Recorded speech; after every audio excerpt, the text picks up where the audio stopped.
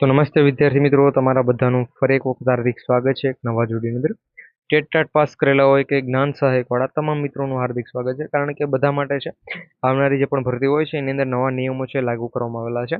અને ટેટ ટાટની પણ મિત્રો જે પણ ભરતીઓ સ્થગિત છે એ પણ શરૂ કરી દેવામાં આવશે. મિત્રો બીજી નવી નવી ભરતીઓ છે એ પણ જાહેર કરવામાં આવેલી છે, પરંતુ એમાં પણ મિત્રો થોડોક સમય લાગશે, કારણ કે ટાટ હાયર સેકન્ડરીની એક્ઝામ જે પણ લેવાયેલી છે એના ફાઇનલની જે પણ રિઝલ્ટ અને બધું આવે છે એના પછી એની ભરતીઓ છે આવશે. ત્યાં સુધી મિત્રો એક પણ નવી ભરતી છે જાહેર નહીં કરવામાં આવે. અને શું શું ફેરફાર કરવામાં આવે છે સંપૂર્ણ માહિતીની ચર્ચા કરીએ એ પહેલાં ખાસ જો તમે આપણે આ જીપી ઓફિશિયલ યુટ્યુબ ચેનલ પર પહેલી વખત વિઝિટ કરો છો, ચેનલને સબસ્ક્રાઇબ નથી કરી તો અત્યારે ચેનલ સબસ્ક્રાઇબ કરી બેલ નોટિફિકેશન ઓલ ઉપર સેટ કરી દેજો. અને અહીંયા મેં તમને જે પણ માહિતી આપેલી છે એ માહિતી મિત્રો કાલે લગભગ રાત્રે જ આપણે છે ટેલિગ્રામ ઉપર શેર કરી આપી છે. તો ખાસ કરી જો તમે ટેલિગ્રામમાં નથી જોડાયેલા તો એની લિંક છે મિત્રો તમે વિડીયોના ડિસ્ક્રિપ્શનમાં તમને જોવા મળી જશે. અહીંયા જે પણ માહિતી આપવામાં આવે છે એના પહેલાં આપણે ટેલિગ્રામ ઉપર તો એ માહિતી શેર કરીએ છીએ, તો ખાસ કરી ટેલિગ્રામમાં જોડાવાનું ભૂલતા નહીં. દ્વારા છે મિત્રો ઓફિશિયલી આ પરિપત્ર છે એક જાહેર કરવામાં આવેલો છે. એમાં અહીંયા જે પણ આપણે ભરતીઓ છે એને મિત્રો એમાં થોડા ઘણી સુધારેલી જોગવાઈ અને નવી જોગવાઈ એટલે કે થોડા ઘણા ફેરફારો છે કરવામાં આવેલા છે. જ્ઞાન સહાયકની જે પણ ભરતી છે એની અંદર પણ અહીંયા તમે એ માહિતી પણ જોઈ શકો છો. અહીંયા પ્રસ્તાવના સૌપ્રથમ મિત્રો અહીંયા પ્રસ્તાવના છે આપેલી છે કે શિક્ષણ વિભાગે અહીંયા શું શું છે ફેરફાર કરવામાં આવેલો છે. સરકારી અને અનુદાનિત જે પણ પ્રાથમિક શાળાઓ છે એમાં કાર્ય જે પણ યોગ્ય રીતે થાય અને તેમાં ખાસ કરીને મિશન સ્કૂલ ઓફ એની લઈને મિત્રો જે પણ ફેરફારો કરવામાં આવેલા છે બધા ફેરફારો અહીંયા તમને નીચે જોવા મળશે. સુધારેલો ઠરાવ અને કયા ઠરાવ હતા એમાં શું શું જોગવાઈ હતી એ બધી જોગવાઈ અહીંયા છે. તો ત્રીજા નંબરમાં જણાવેલું છે જ્ઞાન સહાયક સેવાકીય વિગતો નીચે મુજબ રહેવાની છે. તો અહીંયા તમે જોઈ શકો છો અરજદાર જે પણ હતા એની ઉંમર શું હતી, તો ઉંમરમાં ફેરફાર થયો છે. પહેલો તો એ કે ભાઈ ઉમેદવારોની ઉંમર હતી 40 વર્ષ સુધીની, તો હવે એની અંદર છે એ સુધારેલી જોગવાઈની અંદર તમે જોવા જાઓ તો 48 વર્ષ કરેલ છે. કેટલો 8 વર્ષનો છે મિત્રો એનો વધારો છે કરવામાં આવેલો છે.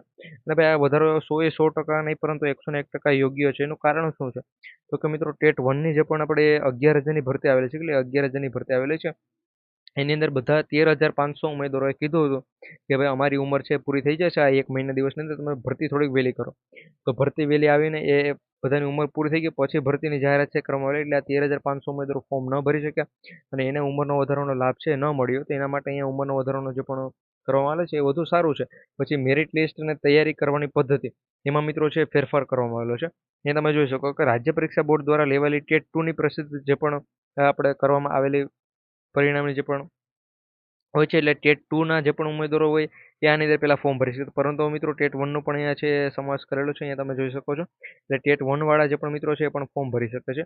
પછી અહીંયા માર્ગદર્શન સૂચનાઓ અને શરતોને લઈને મિત્રો અહીંયા છે તો આ પીડીએફ મેં તમને હાલ ટેલિગ્રામ ઉપર મિત્રો છે શેર કરી આપેલી છે. ખાસ કરી જો તમે ટેલિગ્રામ પર નથી જોડાયેલા તેની લિંક આ વિડીયોના ડિસ્ક્રિપ્શનમાં છે, તમને જોવા મળી જશે. ટેલિગ્રામમાં જોડાઈ જજો, કારણ કે મિત્રો અહીંયા જે પણ વિડીયો આવે છે એના પહેલાં ઘણી બધી અપડેટ છે તમને ટેલિગ્રામ ઉપર જ આપતા હોય છે.